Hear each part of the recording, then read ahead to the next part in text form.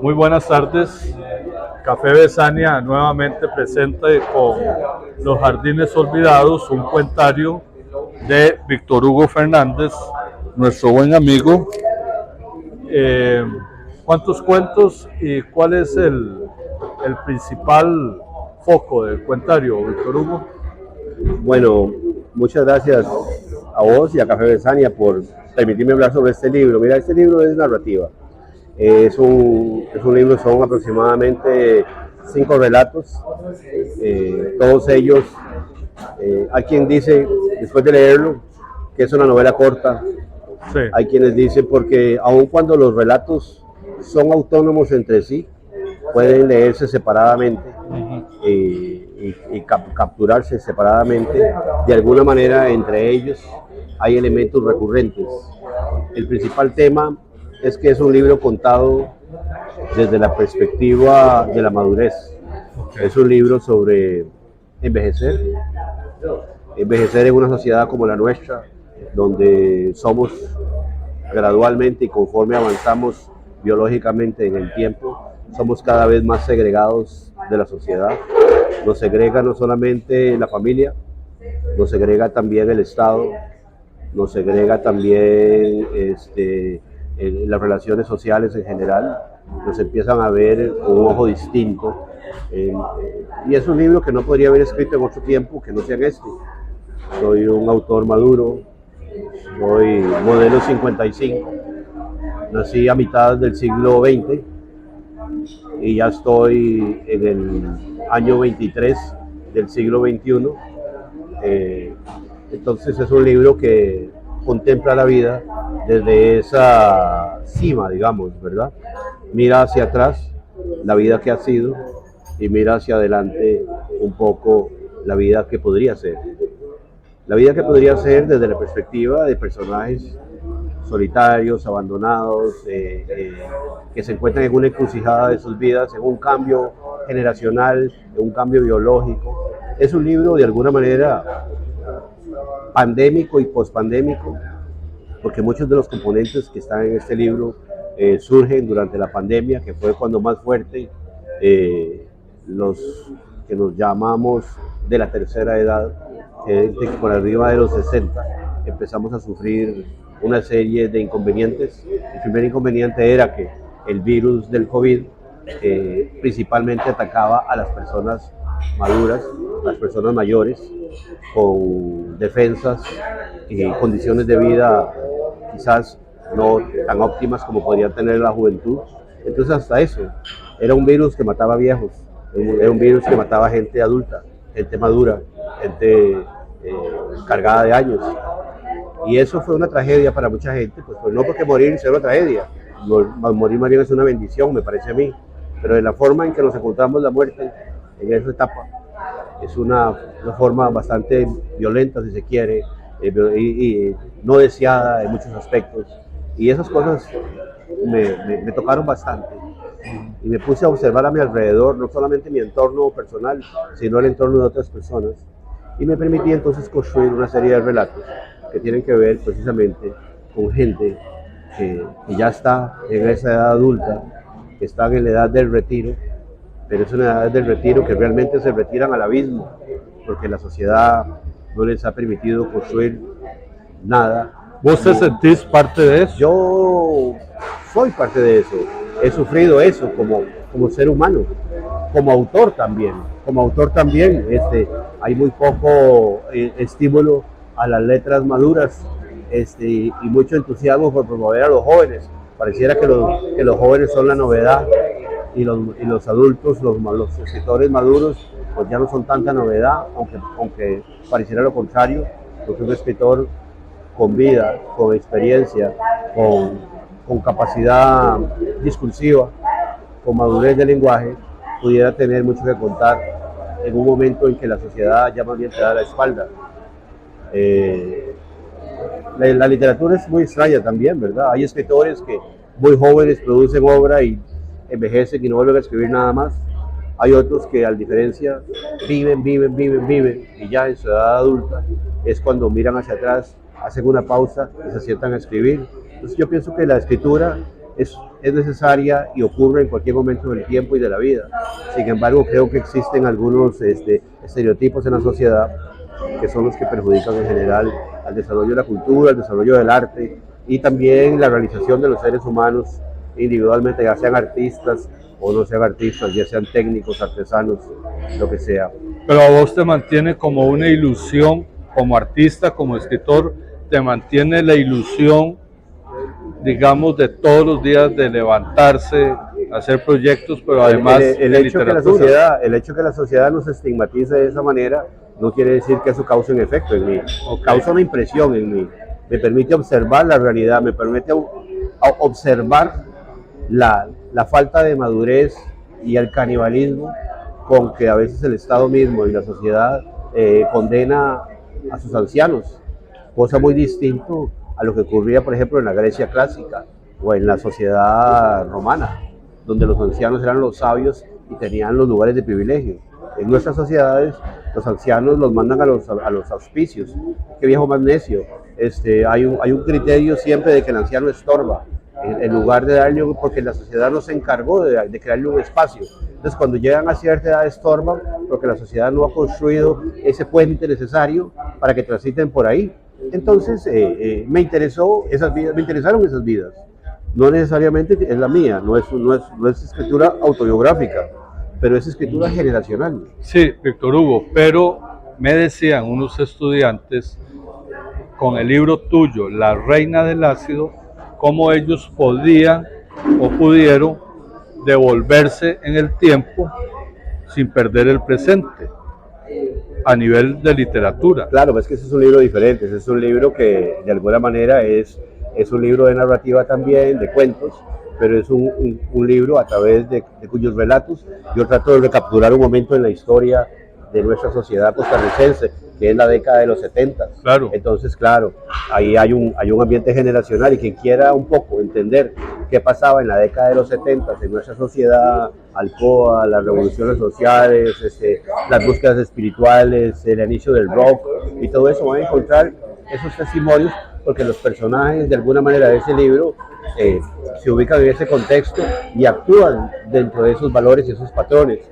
Este es un libro un poco distinto, porque este es un libro que escribo varios años después y no es un libro necesariamente histórico, porque no voy a una década específica, pero sí es un libro histórico en el sentido en que trato de recuperar y reflejar la sociedad en la que existo actualmente y coexisto y persisto y sobrevivo. Es una sociedad, como te digo, más caníbal, muy severa con los adultos. No les ha creado un espacio, ni siquiera las familias. A veces al pobre señor no sabe a quién dárselo, si a la hija, si al sobrino, si al tío, porque nadie tiene espacio y el viejo estorba. Entonces, o lo van a dejar a los hospitales. O lo van a dejar a los hospicios y ahí lo olvidan.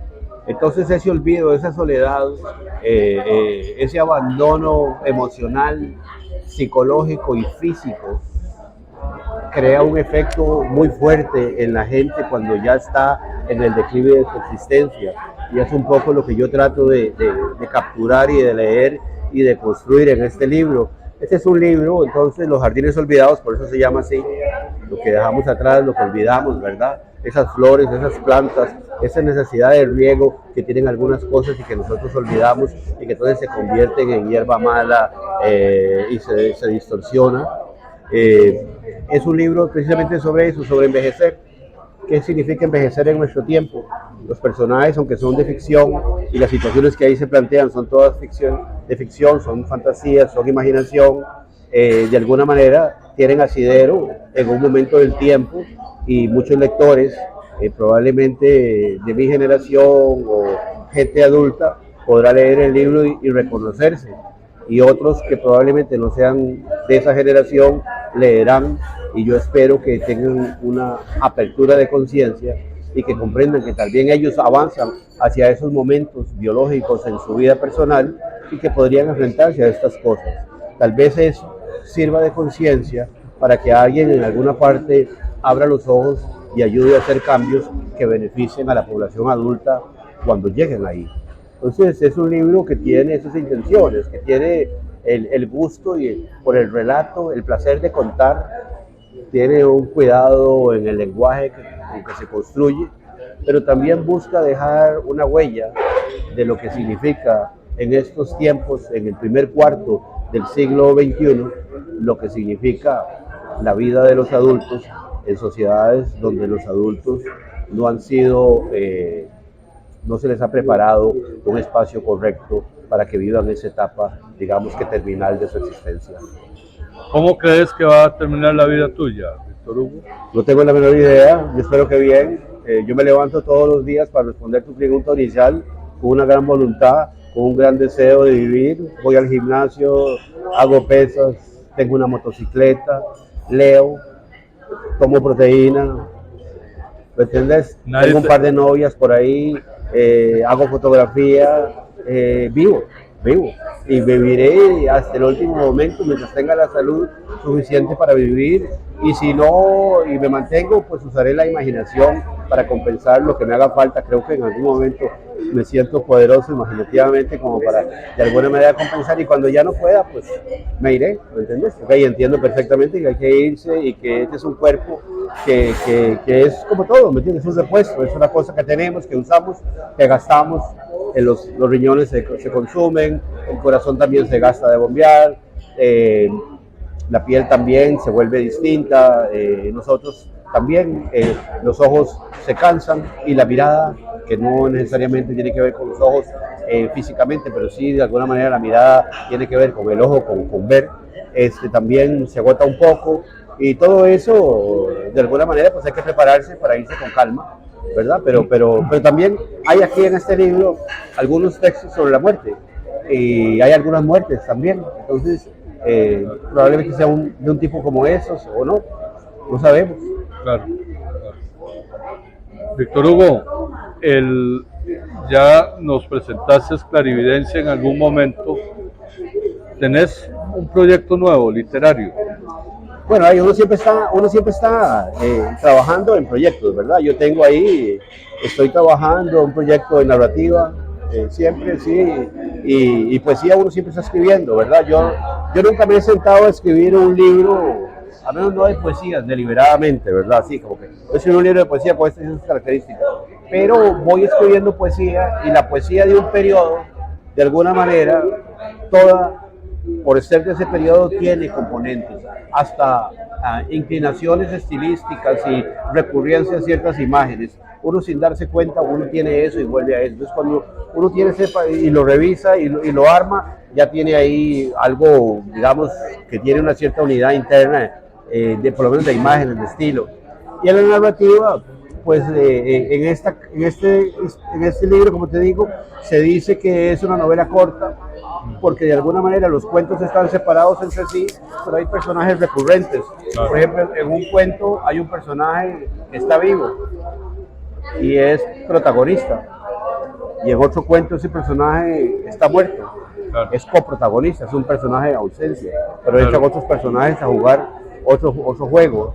Entonces hay ese juego técnico, estratégico, porque igual es la vida, ¿verdad? Un mismo personaje es partícipe de diferentes historias, un mismo personaje es partícipe de diferentes películas, como en la vida nuestra, ¿verdad? Siempre nos estamos inventando.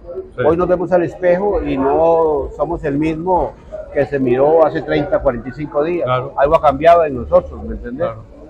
El mismo que el de la mañana que se mira en el espejo no es el mismo que se mira en la noche. El de la noche tiene los rasgos del día, ¿me entendés? Los disgustos del día, las ilusiones del día y todo eso, y eso de alguna manera está ahí, y entonces aunque sea el mismo es otro. Claro. Entonces ese tipo de cosas siempre están, y es muy difícil uno probablemente escribir otras historias, ya no las mismas, pero sí, la escritura es parte de mi vida, es algo consustancial, todos los días escribo, claro, aunque sea un correo, aunque sea una carta, algo. Entonces escribir es importante. Bueno, de eso trata Los Jardines Olvidados, que al final lo hace novela, esos enlaces con los personajes. Esos enlaces con los personajes, y ahí obviamente podría buscarse, porque hay uno que quiere ser escritor, claro, no sabemos si lo logra, deja ahí algo, ya lo van a ver, claro, pero bueno, ahí, esa es la idea, que busquen el libro y que esta conversación sea lo más curiosa. No quiere uno darles demasiadas pistas, claro, pero para que lleguen a, ¿cómo se llama? El evento este, a transitar. a Transitarte el fin de semana y lo consigan y lo compren y lo lean. Y después, si quieren, lo comentan conmigo, que sería un placer. Lo que sí creo, Víctor Hugo, es que nos debes un libro infantil, de cuentos infantiles, posiblemente con ese bisnieto espeleólogo que tenés, Bueno, que es una gran ilusión. bueno, Es con algo- Felipe se llama, es mi bisnieto y sí, curiosamente, en este momento de mi vida, la experiencia con él, ¿verdad? El Claro. asombro que él tiene a los 4 años me parece fascinante. Claro. Y esa idea de él de ir a buscar fósiles al jardín. Eso me encanta. Y esa forma de él donde la realidad es su imaginación. Claro. La realidad no es el mundo externo, ¿no? Sino que es su imaginación y él se vuelca sobre la realidad y la convierte en el escenario de su imaginación, porque con un martillo golpea las piedras y después las separa y busca debajo los fósiles que él cree que están ahí y está Claro. convencido que están ahí. Entonces esa fascinación, ¿me entendés? Uno no puede decir que él está loco, quizás el que está No, loco no. somos nosotros porque no Claro. somos capaces de ver los fósiles que él ve. Claro. Entonces, Nos debes ese libro. eso se lo debo y me lo debo. Claro. Me lo debo. Víctor Hugo, muchas gracias y nos vemos este fin de semana 17, 18 y 19 en Transitarte San José. Estaremos en Transitarte San José, el 19 es el día de San José, es el día de la ciudad, y tenemos 3 libros disponibles Ok. de mi autoría Muy en bien. Café Besania, ¿verdad? Que son Los Jardines Olvidados, La Vida que no estaba, Muy que bien. es el libro de poemas, y también Clarividencia, que es mi nuevo libro, que está saliendo precisamente en esta semana. Es un libro bilingüe, es un libro con 2 versiones, una en inglés y una en español. La versión en español la escribo yo y la versión en inglés la escribe mi ex compañero de universidad en Pensilvania en el año de 1986, Michel Farran. Muy bien. Gracias. Muchas gracias A vos. a Café Besania y a vos, Víctor Hugo.